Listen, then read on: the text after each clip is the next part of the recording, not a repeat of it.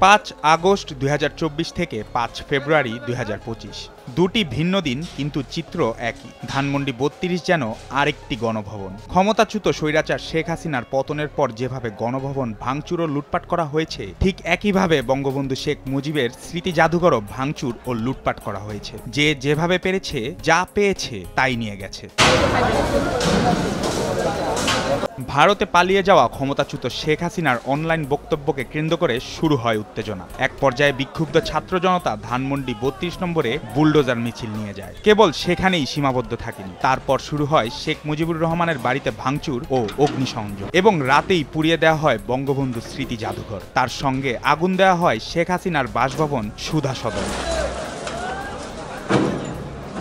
ধানমন্ডি 32 নম্বরে শেখ মুজিবুর রহমানের বাড়িটির পেছনে 6তলা ভবনটি ভাঙা হচ্ছিল। ভবনটির ভেতরে থেকে বই, স্টিল, লোহা, টিন, কাঠসহ বিভিন্ন জিনিস ভেঙে নিয়ে যাচ্ছেন অনেকে। ওই 6তলা ভবনে শত শত মানুষ ঢুকেছেন। কেউ কেউ ভেতরে থেকে জিনিসপত্র নিয়ে বেরিয়ে আসছেন, আবার কেউ ভবনটির ভেতর থেকে হাতুড়ির আঘাতে নানা কিছু ভাঙার চেষ্টা করছেন। শুধু তাই নয়, 32 এতে থাকা নারকেল গাছ যখন ভেঙে ফেলা হয়, সেখানে থাকা সবাই তখন ঝাঁপিয়ে পড়ে নারকেলের জন্য।